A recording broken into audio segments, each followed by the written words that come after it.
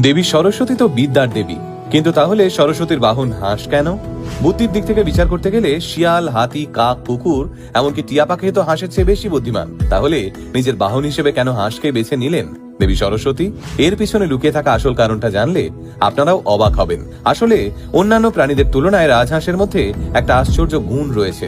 সে দুধ ও জলের মিশ্রণ থেকে দুধটাকে আলাদা করে গ্রহণ করতে পারে, আর জলটা পাত্রেই পড়ে থাকে। আর এভাবেই রাজহাঁস আমাদের শিক্ষা দেয় যে ভেজাল, অসার, অশুভকে দূরে সরিয়ে আসল জ্ঞানকে গ্রহণ করার। কারণ সমাজে ভালো মন্দ সবকিছুই মিলেমিশে থাকে, কিন্তু তার মধ্যে যেটুকু ভালো শুধু সেটুকুকেই গ্রহণ করতে হবে। এছাড়াও রাজহাঁস স্থল, জল, আকাশ সব জায়গায় বিচরণ করতে সক্ষম, অর্থাৎ সে জ্ঞানের মতোই মুক্ত এবং পৃথিবীর সর্বত্র ছড়িয়ে রয়েছে। আর ঠিক এই কারণেই দেবী সরস্বতী নিজের বাহন হিসেবে অন্যান্য প্রাণীদের মধ্যে থেকে শ্বেত শুভ্র রাজহাঁসকেই বেছে নিয়েছিলেন। গোটা আল্টিমেট মোটিভেশন পরিবারের তরফ থেকে আপনাদের সকলকে সরস্বতী পুজোর শুভেচ্ছা রইল।